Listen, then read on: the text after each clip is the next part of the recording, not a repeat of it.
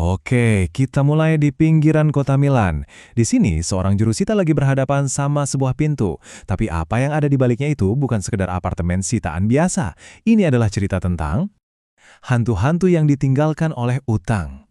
Nah, begitu pintunya kebuka, kita seolah-olah ngintip ke dalam hidup seseorang yang, ya tiba-tiba berhenti gitu aja. Kamar ini emang berantakan, tapi jelas nggak kosong. Ada misteri di sini. Siapa sih yang pernah tinggal di sini? Dan kok mereka bisa pergi gitu aja? 40 kunci. Coba bayangin deh, ini gambaran sempurna birokrasi yang dingin dan impersonal, ya kan? Tapi di balik proses yang kelihatannya ngebosenin ini, ada ketegangan yang mulai kerasa. Sebenarnya, apa sih yang ada di balik pintu ini? Akhirnya, pintunya kebuka juga. Oke, secara hukum di atas kertas, rumah ini kosong, penghuninya udah pergi. Tapi seperti yang bakal kita lihat, mata kita justru bercerita hal yang sama sekali beda.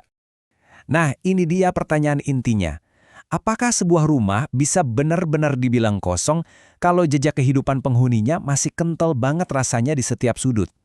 Jadi, barang-barang yang ditinggalin ini bukan sekedar rongsokan loh. Mereka itu kayak gema dari kehidupan yang dulu pernah ada di sini. Mereka lah hantu yang menempati rumah kosong ini. Oke, sebelum kita lanjut, pas kita ngomong hantu, kita tentunya nggak lagi bahas cerita horor ya. Ini lebih ke metafora. Maksudnya perasaan kuat akan kehadiran seseorang yang muncul dari jejak-jejak kehidupan yang mereka tinggalkan. Coba dilihat ini. Ada mainan yang tergeletak gitu aja di sofa, terus ada sepasang sendal anak-anak di dekat pintu. Ini kan kayak cuplikan kehidupan yang dibekukan dalam waktu, ya nggak sih? Ini bukan lagi cuma barang, ini udah jadi gema tawa dan langkah kaki kecil. Dan lihat yang ini. Stiker-stiker Natal, pohon yang udah dibungkus rapi, seolah-olah lagi nyiapin perayaan yang ternyata nggak pernah datang. Ini tuh artefak dari sebuah harapan. Dari momen-momen bahagia yang tiba-tiba putus di tengah jalan. Terus ada magnet souvenir dari liburan, stiker-stiker lucu di lemari. Setiap benda ini punya cerita, punya kenangan. Nah, kalau digabungin, mereka inilah yang menciptakan hantu kolektif dari sebuah keluarga yang terpaksa pergi dari rumah mereka. Tapi, apartemen ini cuma satu kepingan puzzle kecil.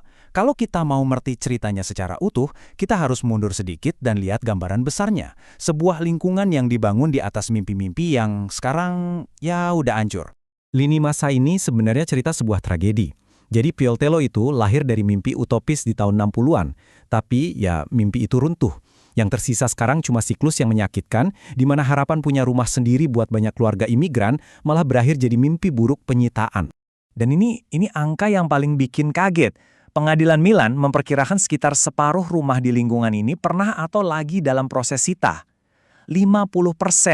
Coba pikirin, ini bukan lagi sekumpulan tragedi pribadi, ini udah krisis satu komunitas. Nah, sekarang kita sampai ke inti masalahnya nih.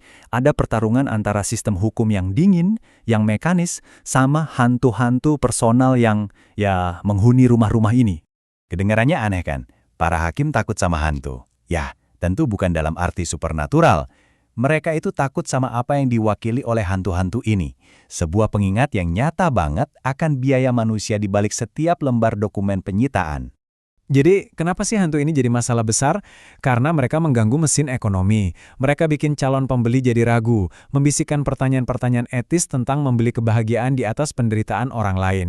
Mereka adalah pengingat bisu dari wajah manusia di balik angka-angka utang. Oke, buat bener-bener ngerti kenapa sistem ini seolah-olah lumpuh pas berhadapan sama para hantu ini, kita perlu pinjem dua ide keren dari dunia filosofi. Ini bakal ngebantu kita ngejelasin semuanya. Yang pertama namanya hauntology. Coba dibayangin perasaan ini. Masa lalu tuh terus menghantui kita, kayak stiker Natal di pintu tadi.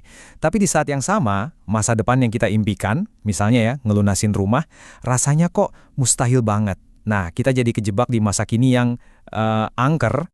Konsep kedua adalah realisme kapitalis. Ini tuh semacam keyakinan yang udah meresap banget, bahkan di kalangan hakim, kalau ya kapitalisme tuh satu-satunya sistem yang mungkin ada. Kita bisa lihat kekurangannya, kita lihat penderitaan yang disebatkannya, tapi kita ngerasa nggak ada pilihan lain. Ya mau gimana lagi, emang begini adanya. Nah, kutipan dari Mark Fisher ini ngerangkum semuanya. Dia menyebutnya ketidakberdayaan refleksif. Maksudnya, para hakim ini sadar sistemnya cacat, mereka lihat langsung dampak manusianya, tapi mereka ngerasa nggak berdaya buat ngubah apapun. Mereka cuma bisa ngejalanin aturan karena nggak ada jalan keluar lain yang kelihatan. Jadi, setelah kita bahas semua ini, sebenarnya pesan apa sih yang coba dibisikin sama para hantu di apartemen-apartemen Milan ini? Kalau mereka bisa ngomong, kira-kira apa yang mau mereka sampaikan ke kita? Dan inilah jawabannya. Hantu-hantu utang ini bukan cuma soal masa lalu. Mereka adalah cermin dari kondisi kita sekarang. Kita semua terjebak, dihantui oleh janji-janji masa lalu yang nggak terpenuhi, tapi di saat yang sama, kita juga nggak mampu ngebayangin masa depan yang benar-benar beda. Ini ngebawa kita ke satu pertanyaan terakhir yang cukup meresahkan. Kalau rumah, yang notabene unit paling dasar dari masyarakat kita, sekarang malah dihantui sama kegagalan ekonomi, terus apa artinya itu bagi masa depan yang lagi kita bangun? Di atas puing-puing mimpi siapa sebenarnya kita sedang berdiri?